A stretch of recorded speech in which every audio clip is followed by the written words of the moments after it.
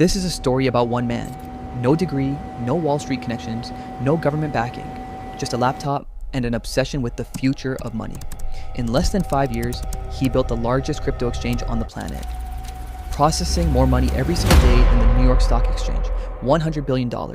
Then, in a single moment, the most powerful financial regulator in the world came for him, and everything almost disappeared. This is the real story of Binance, and nobody talks about what actually happened behind the doors. Welcome to Cryptic Capital. Follow the money. Changpeng Zhao, or CZ as the world knows him, Changpeng was born in China in 1977. His family had nothing. They moved to Canada when CZ was a teenager. He worked at McDonald's to pay for college. Fast forward to 2017. CZ had already worked at the Tokyo Stock Exchange. He understood how traditional finance systems worked, and he saw their weakness. On July 14th, 2017, CZ launched Binance from a small office in Shanghai with just a handful of people. Within 6 months, Binance became the largest crypto exchange in the world. 180 days, largest in the world. At its peak, Binance was processing $76 billion in trades every single day, more than Visa, more than MasterCard, more than most central banks. CZ's personal wealth hit $96 billion, making him one of the richest people alive on Earth. But behind the billion-dollar numbers, something dark was building.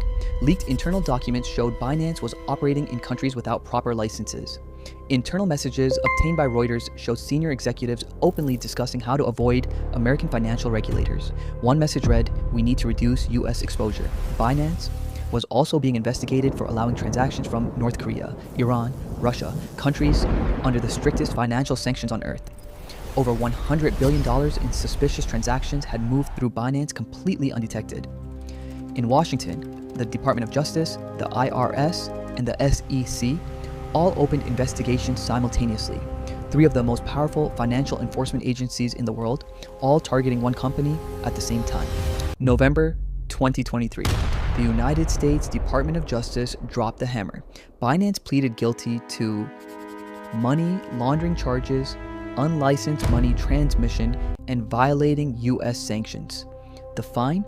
$4.3 billion, the largest corporate penalty in the history of U.S. financial crime.